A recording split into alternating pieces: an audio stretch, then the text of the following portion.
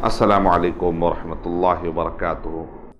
सूरह काफिरून के अंदर दो टोक अंदाज में बता दिया गया कि आखिर यहाँ पर जो कुफ्फार कुरैश जो नॉन एलिजिबल होते आ रहे हैं और मोहम्मद सल्लल्लाहु अलैहि वसल्लम जो एलिजिबल हो रहे हैं, उसकी वजह क्या है, डिमार्केशन क्या है, इबादत और अदम इबादत।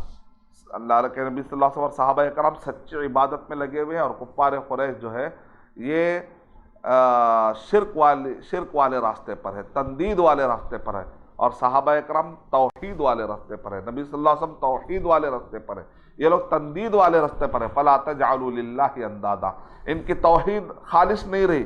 नबी सल्लल्लाहु अलैहि वसल्लम और सहाबा कराम की जो तौहीद है वो खालिस थी, वो डिमार्केशन कर देती है। तो नतीजे में उसके बाद सूरह नसर बताया जा रहा है कि जब खालिस तौहीद होने लगती है और कुफ्र से दूर होने लगते हैं तो कामयाबी उनके कदम चूमती है। सहाबा कराम को फतह और नुसरत मिली, सूरह नसर पढ़कर देख लीजिए।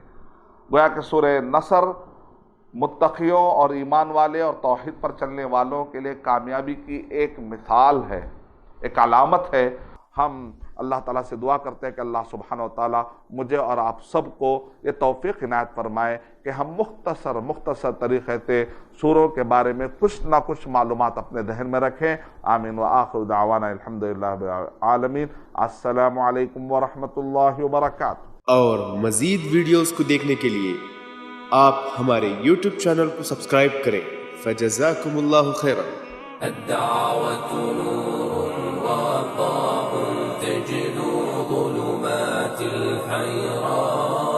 منهج خير الناس جميعا لا يبلى عبر الأزمان.